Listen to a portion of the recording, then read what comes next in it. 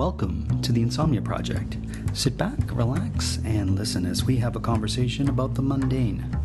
One thing that we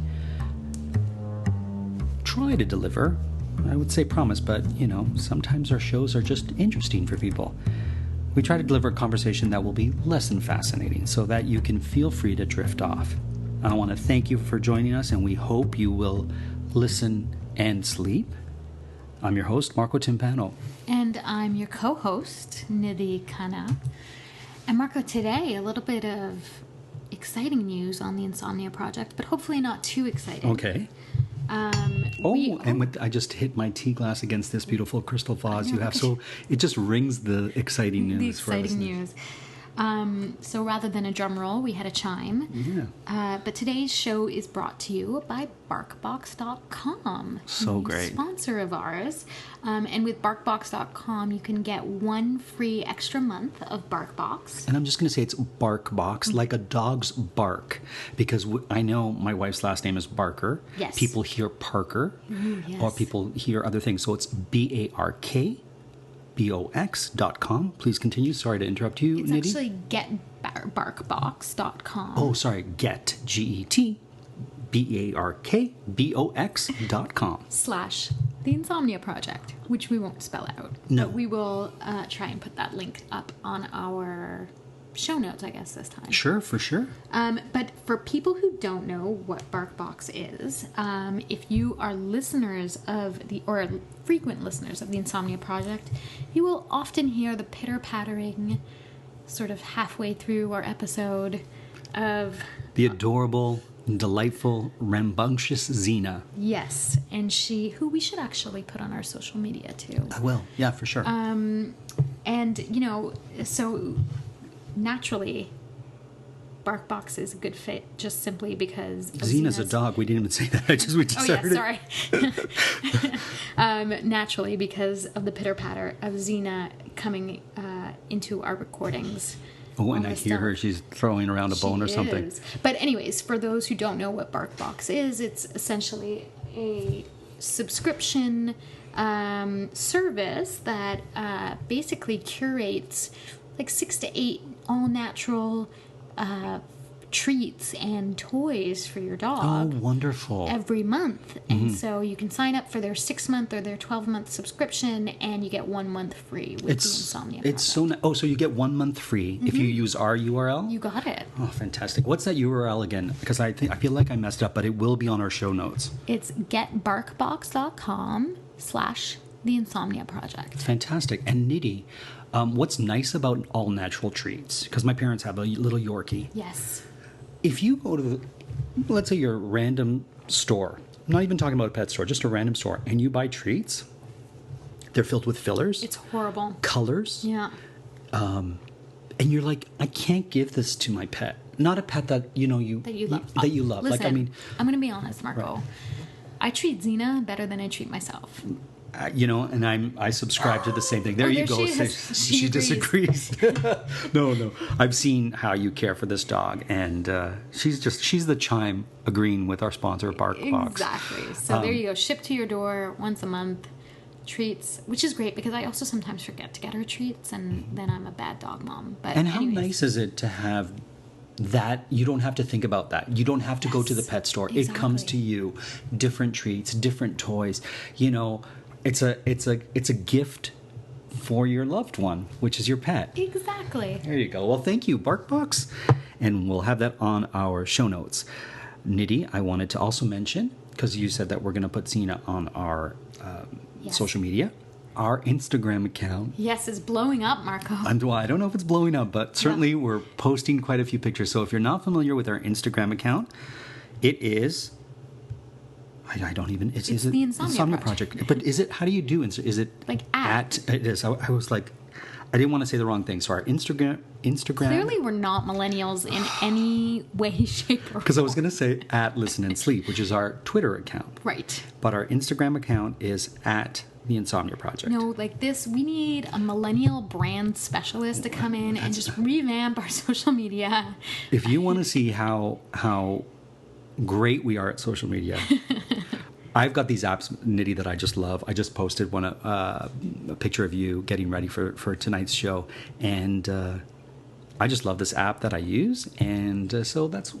Follow us on Instagram. Listen. Tweet us at Listen and Sleep. Listen and Sleep.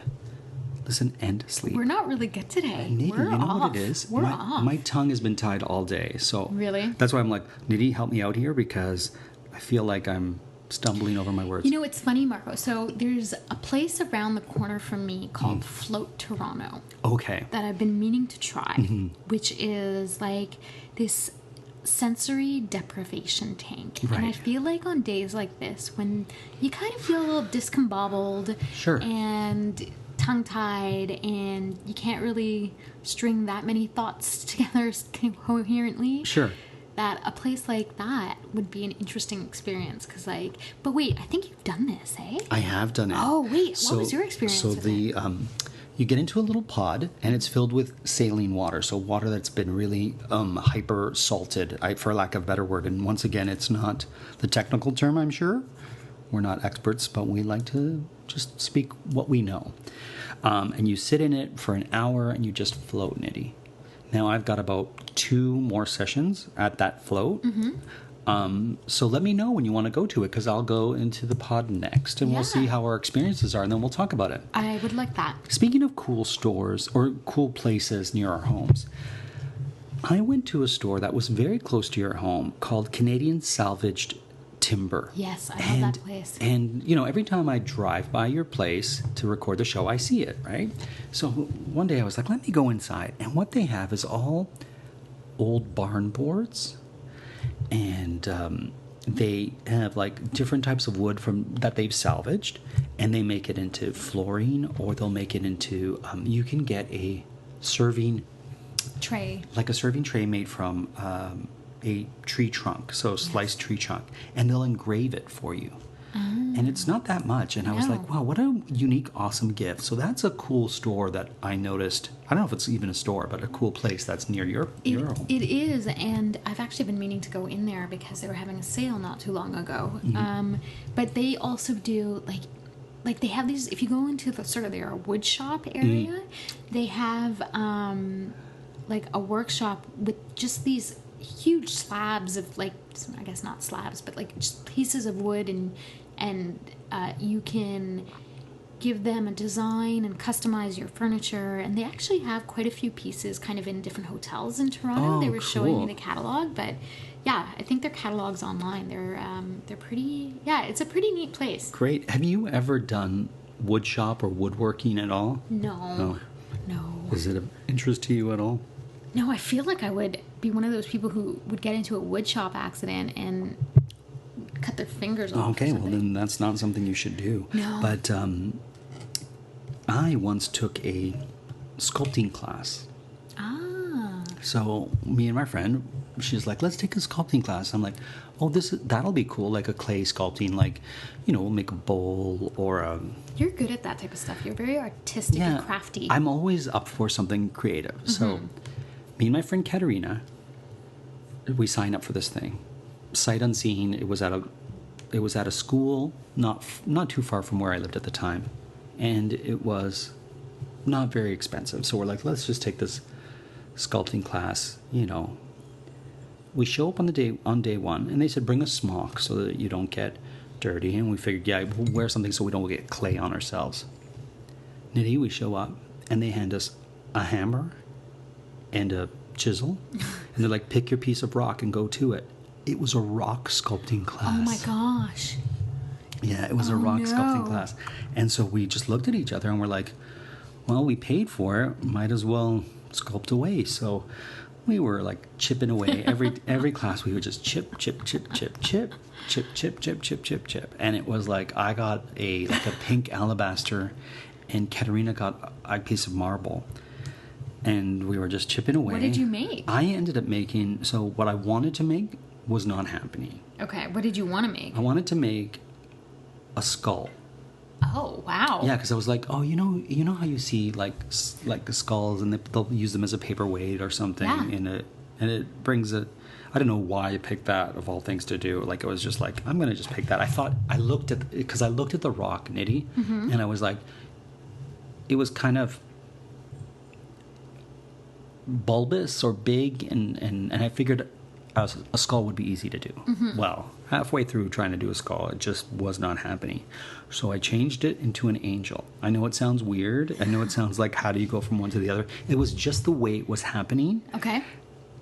Do you still have this? I do have it. I think that's another Instagram post there. It's somewhere in my mom's house. She brings it out for Christmas. Nidhi, so the last day of the class, we're chipping away, and like at this point you've kind of sanded and you've kind of like really worked your rock and whatnot, and I was chipping away and just like using very like precise chisels. Tap, tap, tap, tap, tap, tap, tap, tap. Head breaks off of the angel. No. Yeah.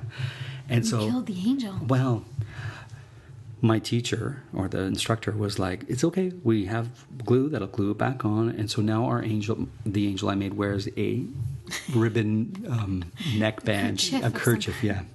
But that was my little story. But I've got this cool.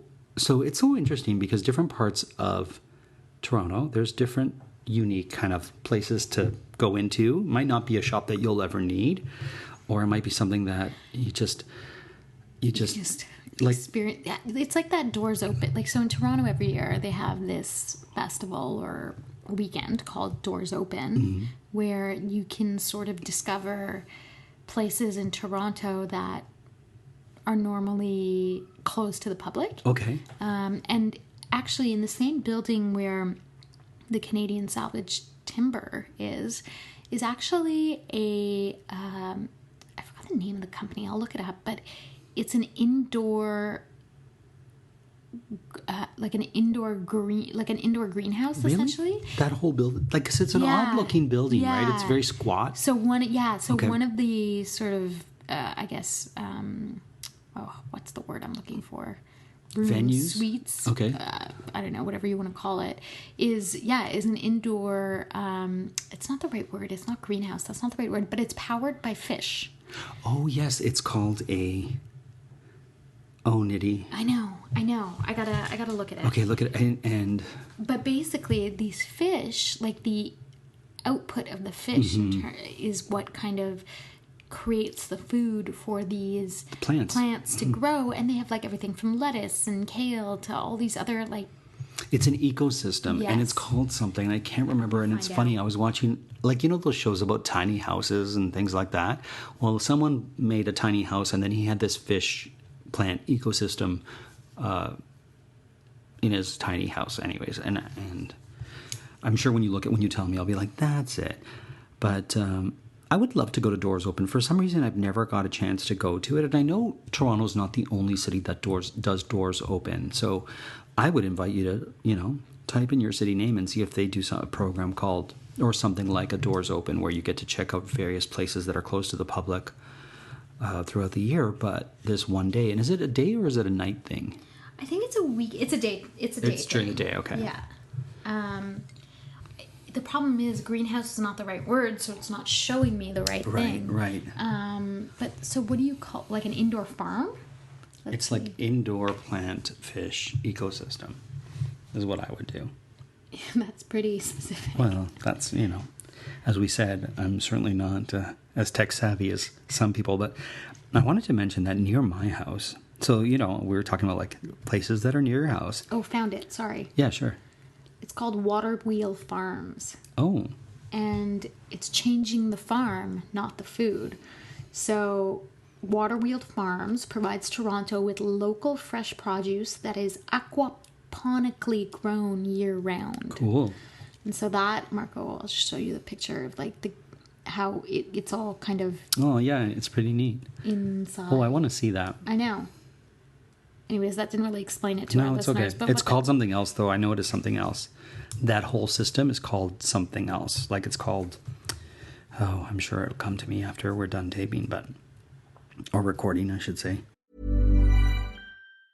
Boost Mobile is now sending experts nationwide to deliver and set up customers' new phones. Wait, we're going on tour? We're delivering and setting up customers' phones. It's not a tour. Not with that attitude. Introducing Store to Door. Switch and get a new device with expert setup and delivery. Delivery available for select devices purchased at boostmobile.com. Knock, knock. Ooh, who's there? A Boost Mobile expert, here to deliver and set up your all-new iPhone 17 Pro, designed to be the most powerful iPhone ever. You call that a knock-knock joke? This isn't a joke. Boost Mobile really sends experts to deliver and set up your phone at home or work. Okay, it's just that when people say knock-knock, there's usually a joke to go with it. Like I said, this isn't a joke. So the knock-knock was just you knocking? Yeah, that's how doors work. Get the new iPhone 17 Pro delivered and set up by an expert wherever you are. Delivery available for select devices purchased at boostmobile.com. Terms apply. We live in a culture obsessed with dieting, weight loss, and exercise. And that can make eating disorder behaviors easy to miss. But the reality is, eating disorders are serious mental illnesses that take a major toll on your health and your life. But recovery is possible. Eating disorders are more common than you might think. Chances are you know someone who is struggling with one. Or maybe you're struggling yourself. If you're concerned about an eating disorder in yourself or a loved one, I want to introduce you to Equip. Equip is a fully virtual, evidence-based eating disorder treatment program that helps patients achieve lasting recovery at home. Every Equip patient is matched with a multidisciplinary care team that includes a therapist, dietitian, medical provider, and mentors. And you get a personalized treatment plan that's tailored to your unique goals and challenges. Equip treats patients of all ages and all eating disorder diagnoses. It's covered by insurance, and there's no wait list. If you think that you or a loved one could be struggling with an eating disorder, don't wait to get help. Visit equip.health to learn more. That's equip.health. Anyways, please go on about your the place near your place. Oh, so near my house is a theatrical costume place. Oh. Where you can rent costumes. It's Malabar? No, it's not Malabar. It's another one. But it's, I forget the name of it, and it doesn't really matter, to be honest with you. But it's interesting that there's like these places near your home where it's like, wow, this is where you go to rent elaborate costumes. This is where you go to, there's another place, like there's like a juice place that does detox juices not far from my place. There's an interesting sort of... you have like an Israeli restaurant that's got an amazing brunch. Yeah. Fat Passion. Not far from my place. And you've got a ton of things right around the corner, really. We mentioned that, there's the Harry Potter store and there's a Harry Potter bar. Mm-hmm. And by the way, that Harry Potter store now has lineups around the block. Nidhi? It's amazing. When we went in, I was like, this is amazing. I think we talked about it maybe 2 shows ago, but it was just... I didn't go in when I had the chance, when it was like no one was there. I was always like, hey, I'll just come back. Oh, here comes the pitter-patter of Zena. Oh, there she goes. And now I'm regretting it because every time I walk by that store, there's like a crazy lineup. And apparently I read in the paper that some couple from New Jersey drove all the way up just to see this store. It's a cool store, I have to say. You can tell the person who created it had a lot of passion for that because every detail, like it's just perfectly done. Perfect. Yeah. That's great. Yeah. So no, there's a lot in this area. What about where you grew up? Is there anything you remember from where you grew up as a kid that is a store that you're like, oh, I remember this store when I was a kid? Oh, that's a great question. Nothing comes to the top of my mind, but what about you? And then I'll think about it. There used to be a bakery not far from my home that when I was old enough to venture on my own, when your parents are like, okay, go to the bakery and get some bread or whatever it was, I could go to the bakery. That was one of the first places I could walk to or ride my bicycle to. And so... Look at that. She's looking in a box. I think I know what she wants. A little bark box. She does. So that was the first place I got to go to as a kid, was a bakery. And it was a beautiful bakery. I remember it as a beautiful bakery, but it had like just pastries and stuff that I would love to get and bread and whatnot. So when I was a teenager... Second Cup had just started to open. Okay. Second Cup in Canada is kind of like a coffee realtor, and it predated Starbucks in Canada, and now is kind of on sort of the equivalent path, I would say. Sure.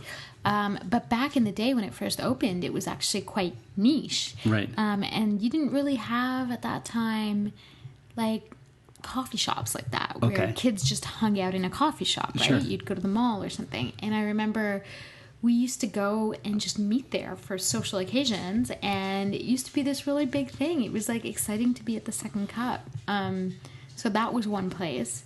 And then I don't know, there was, I can't say like a store when I was like a kid that I was like, okay, this is this is the place. But we used to go, I remember what was a treat, but it was food, so it's actually not a store. Okay. But whatever. Doesn't matter. There's this place in Quebec called Le Fleur's, which is also a fast food chain. I feel like I am misrepresenting my my food intake as a child.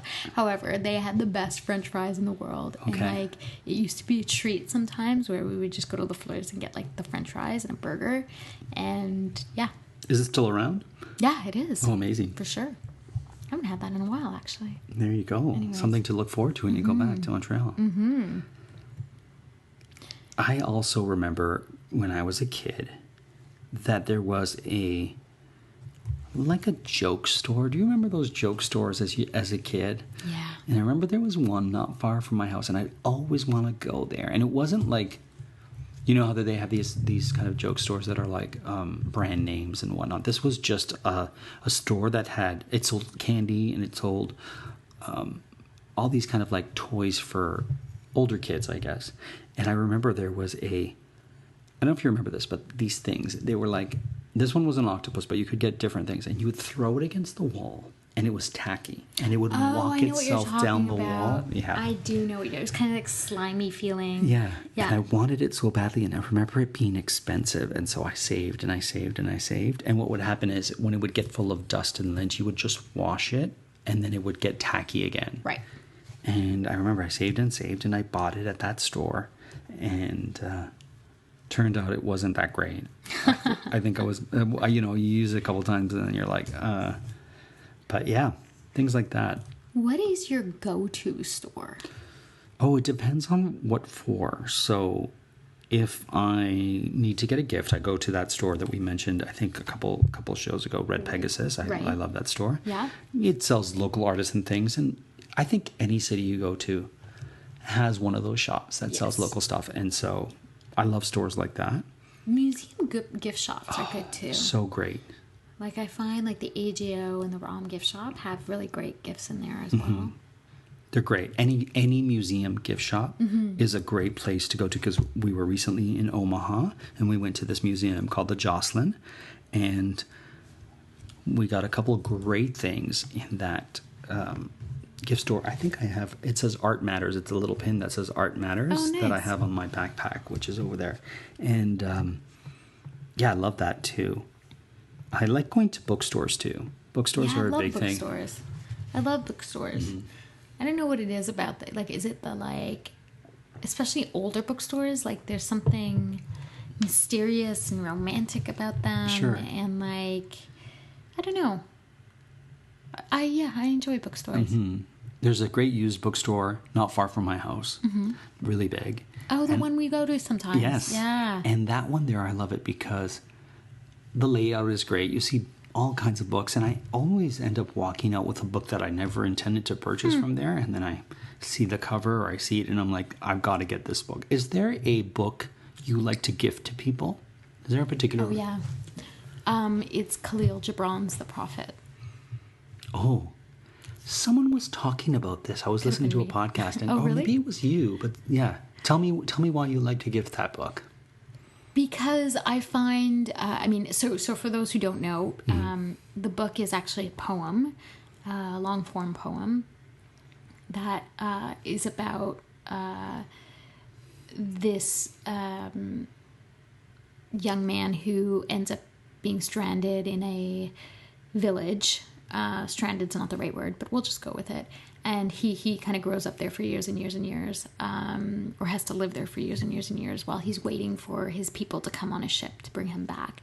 And finally one day the ship arrives, and as he's leaving the community, they they stop him and they ask him to speak on various topics. And so they ask him to speak on love and on pain and on marriage and on children and finally on death. But I love it because it resonates with me every time I read it in a different way. It's kind of that go-to book that you can pick up when you're having a moment, whether it be a really great moment, like, oh, I'm falling in love, let me figure out what this all is, and you read that poem and it's like, yeah, that's exactly what I'm feeling. Or in moments of sorrow or pain, it's a beautiful... He has beautiful words, and the way he says it, like the images that he conjures are quite vivid and special. And so it's really meant a lot to me, and I feel like I gift it because no matter where anyone is in their life, there is something in it for them. Oh, that's great. Yeah. Do you sign the books that you gift? Usually. Oh, that's awesome. Yeah, usually. How about you? There was a book. Okay, so there was a book I used to love to gift, and I haven't gifted it in a long while. But it's called Love by Leo Buscaglia, Dr. Leo Buscaglia. Okay. And I actually got to interview Dr. Leo Buscaglia years and years ago when I was doing a radio show at my university. And he's just one of my favorite authors. And one of the things I love about that book is when he wrote it, he was like, oh, I'd love to call this book Love, but certainly that title's already been taken. So he said, well, we'll give it a try. We'll give it a shot. And they looked in the library, the what would you call it? Kind of like the copyright library? Yeah, or the Library of Congress, to see if that title hadn't been taken. So he was like, that's the name of my book. And it's just one of these great books that talks about love in many different ways. And it was one of those books that, you know, when you read at a pivotal moment in your life and it changes your perspective, it was one of the books that really shifted my perspective on life. So it was one of the books that I would gift to people. And I would often gift them my copy for them to write a little note in, kind of like a yearbook, and then I would get it back. And then that copy got so frayed and tattered that I have it somewhere, and I haven't read it in years, but I need to go back and read it because it's an awesome book. You know what else is awesome, Nidhi? What is that, Marco? Our sponsor, as we come to the end of our show. Yes, BarkBox. I'm really excited about this. I'm in it. I'm in it to win it. You know why I'm excited? So BarkBox is going to be the great gift for my mom. When you don't know what to get somebody? Yeah, that's a because great my mom idea. has everything she could possibly want, right? You know, she's an older woman who's, you know, doesn't need anything, right? And she doesn't want anything. She's always like, please don't buy me anything. I don't need anything more in my house. I don't need anything. But I know if I get her something for her dog, she'll love it. Oh, for sure. So that's going to be my Christmas gift. To her. To her. And you know what? It's never too early to think about Christmas. So there you go. This is true. Well, there you go. And if you are thinking about Christmas gifts, or would just like to gift someone a BarkBox, or maybe just gift yourself or your own dog a BarkBox, you can go to getbarkbox.com/The Insomnia Project and sign up for their 6-month or their 12-month subscription, and you get 1 extra month free. Great. Yeah. Well, thank you so much for listening. We hope you found your way to sleep. If not, please follow us at Listen and Sleep for Twitter, at The Insomnia Project for Instagram, and rate us on iTunes. Give us 5 stars, Nidhi. I'm not embarrassed to say give us 5 stars. We've read some great reviews and people reaching out to us. So thank you for listening, and thank you for sending those reviews to our iTunes. As always, we are produced by Drumcast Productions, and we've been recording from Toronto, Canada. Until the next time.